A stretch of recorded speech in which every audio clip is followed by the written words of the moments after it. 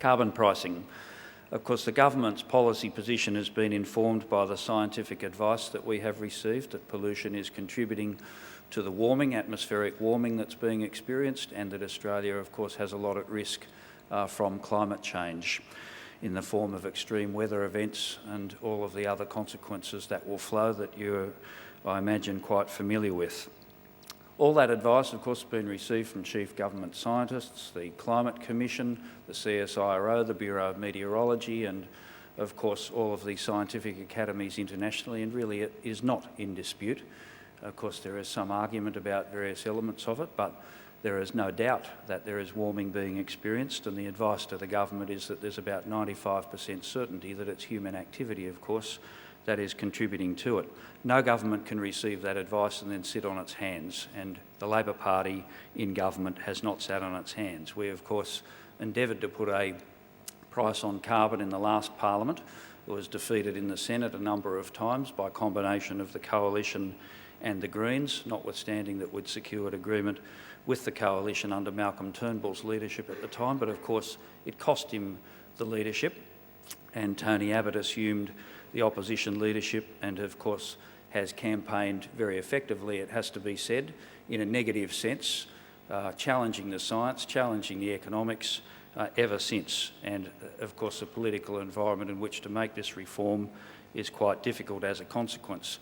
But nonetheless, you receive that scientific advice, you devise a way in which we can reduce the emissions intensity of our economy and do it at the least cost to our economy, which means least cost to businesses, least cost to households, and do it in a way that will drive investment in low emissions technologies and in renewable energy sources. And that is precisely what has informed the approach the government has taken.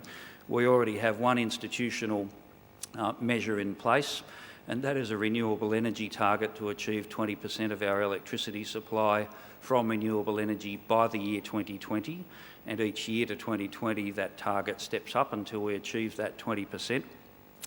We've now, of course, announced on July the 10th a very comprehensive package, at the centre of which is the carbon price mechanism. It's an emissions trading scheme. It starts with a 3-year period of fixed price for the permits. It'll start on the 1st of July next year, and so from the 1st of July 2015, a fully flexible emissions trading scheme would be in operation. There are a number of energy efficiency measures that we announced in the package as well, and important other forms of support for renewable energy I'll touch upon in a moment.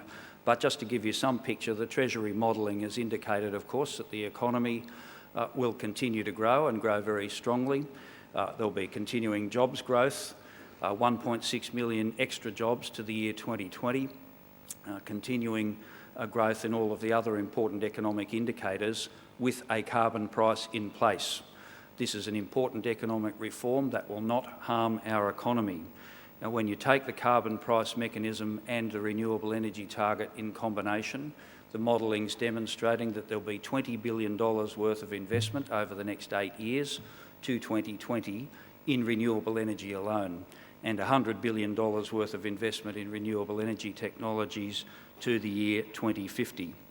A couple of the things that we've established in the package announced on July the 10th to support that is the establishment of an institution that will be known as the Australian Renewable Energy Agency. We'll invest $3.2 billion in it, and it will be designed to assist get renewable energy technologies, support research and development, provide grants to try and make sure that we're supporting renewable energy technologies to be able to get them to a position where they may ultimately be commercialised, and to support particular projects such as large-scale solar projects. And we've already announced a couple of very large commitments in Chinchilla and Moree on that front.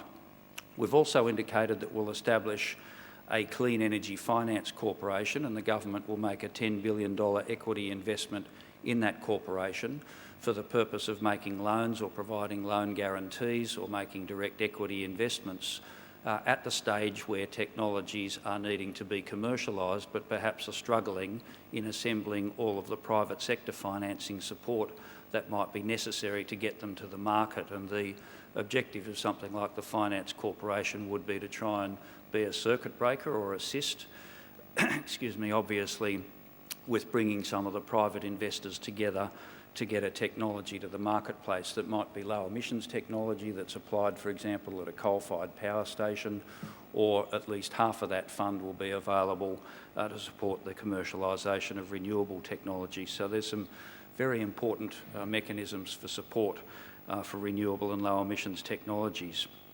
All of this, the carbon price in particular, of course, is designed to cut pollution and drive investment in cleaner energy sources and cleaner energy technologies.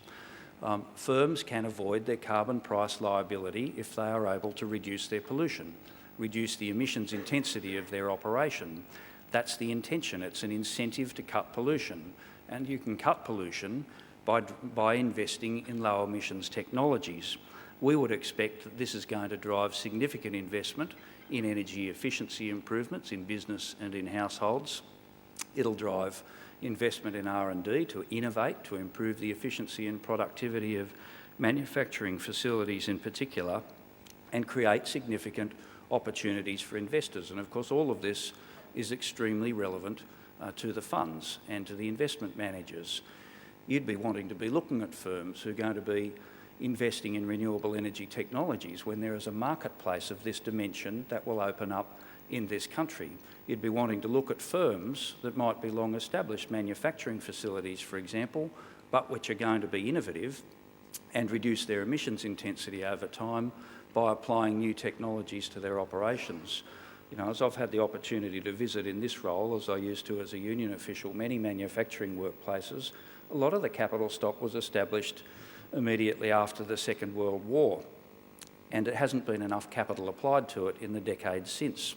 We've got to drive, there's all the debate, of course, about the manufacturing sector at the moment and the effect of the resources boom and the high value of the dollar and high commodity prices and the negative impact that has on manufacturing.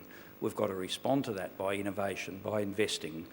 This entire incentive that will be generated through the carbon price will be very important, in fact, in driving investment in manufacturing efficiency and productivity improvements we anticipate, and that is the way in which it's important to respond. Of course, a lot of the funds through the investment managers are investors in many in the equities market that, of course, represent many of the large industrials in this country. And I don't think you would have noticed that too many of those firms would have been indicating to the authorities that there is a material impact that's been that comes on the horizon because of the carbon price, and that is because we've got a well-calibrated package. Under the carbon price mechanism, firms which are trade exposed, which cannot therefore pass on all of the cost increase derived from carbon pricing and which are emissions intensive, such as in the steel industry or in aluminium smelting and many others, the government has got a well-calibrated package to provide free permits to those firms to help shield them from the full impact of the carbon price in the early years of the scheme and ongoing, so that an aluminium smelter or a steel manufacturer, for example, will receive about 94.5% of their carbon liability on average in their industry in the form of free permits. That rate of assistance will decline at 1.3% per year over time, allowing the opportunity for investment to improve emissions intensity, to improve efficiency. And indeed, if you're able to make a step change in efficiency improvement in your operation, you'll still retain the same level of assistance to which you're entitled under the program, meaning that there's a built-in incentive for the capital investment to be made.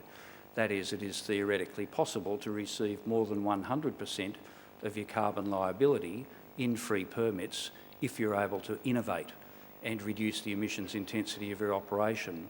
And it is a finely calibrated package to provide that incentive, and it'll particularly be important in the manufacturing sector in the time to come. There are a number of other measures, and I'm happy to speak to you about if you have any specific questions about them, but in the interest of time, I'll just finish briefly on a bit of the politics and the parliamentary process that will be followed.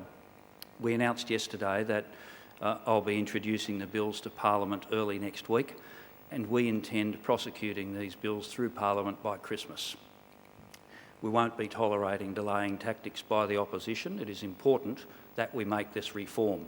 It's not as if there hasn't been significant opportunity to have a good look at the policy we announced on July the 10th, or indeed the exposure draft legislation that has now been around, I think, since late July when I released it. We've received a lot of input, but there's also about 3 years of history of detailed stakeholder consultation about this issue, and it is time that we got on and made this reform. Of course, the politics are difficult, and of course it resides a continuing responsibility for the government to explain the policy to the Australian community. One of the very important issues, of course, for people in the community is the potential cost impact of introducing carbon pricing. The Treasury modelling has demonstrated that the cost, of course, is modest. It's a modelled increase of 0.7% in the consumer price index that would arise as a consequence of introducing carbon pricing, starting with a $23 per tonne carbon price. The government, of course, is making important tax reform to provide tax cuts to people, especially up to $80,000 a year in their earnings. That will lead to an average tax cut per year of around $300 a year for people earning up to $80,000. We're doing it through the tax reform, as I mentioned, which is actually a threefold increase in the tax-free threshold from $6,000 to $18,200, and in 2015 we'll increase it further to $19,400, meaning that more than 1 million people will no longer have to lodge a tax return. This was a feature of various debate about the tax system over a fair period of time. It'll make the tax scales more transparent and understandable, and of course significantly increase the threshold. But in addition to that, we'll be increasing pensions by 1.7%, along with a 1.7% increase in many other government payments, things like family tax benefits. All of this means that around 9 in 10 households will receive some assistance upon the introduction of carbon pricing. 6 million households will receive assistance that will equate to the expected price impact in their household, and 4 million of the lowest income households in this country will receive 120% of the expected price impact in their particular households.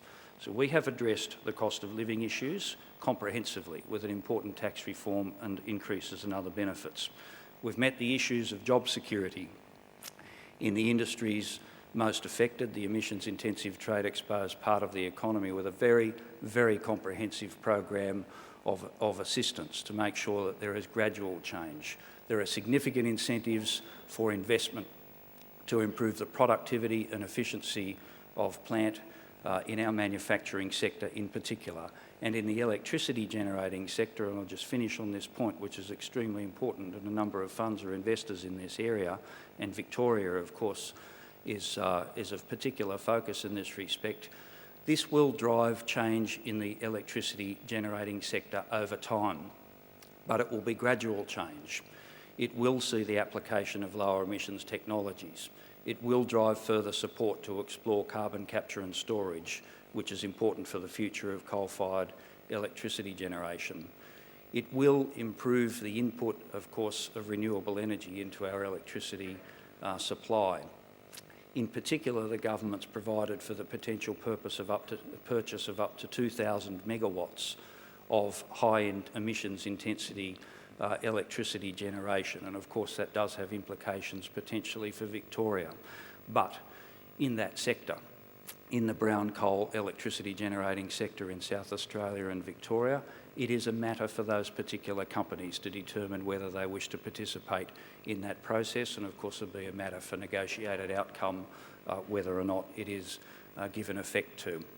But that could take quite a slab of high emissions electricity generation out of our system and create the investment opportunity for lower emissions intensity electricity generation to take its place. Ultimately, we will transition through to a greater contribution of gas-fired electricity in our system, along with increasing proportion of renewable energy coming into the system.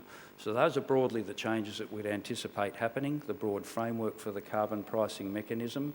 I think it's an extremely important thing for all of the funds and the trustees to be conscious of in the years to come. It is an important economic reform, I think, in the tradition of Labor governments having made important economic reforms over the last 25 years, and haven't they stood this country in good stead? Remember the arguments that confronted the introduction of compulsory superannuation contributions and the doom and destruction that was forecast by some in the business community at that time. Remember the arguments that were around during the reforms that brought down tariffs, that opened up our economy, that floated the dollar, that liberated the financial system. These have been reforms that have been extremely important to the living standards, the retirement savings of Australian people, and the capacity of our economy to innovate, to be more productive, to withstand external shocks, and to be actively engaged with the rest of the world. This is a reform we need to make sure our economy is adjusting in the years to come, and Australian people will benefit from it. It will drive productivity, it will create jobs in new sectors, it keeps us on the move. Nothing ever stays still, and despite the difficulties on the political front with this issue, I can assure you that the government is very determined to see it through. So thanks very much for having me here today.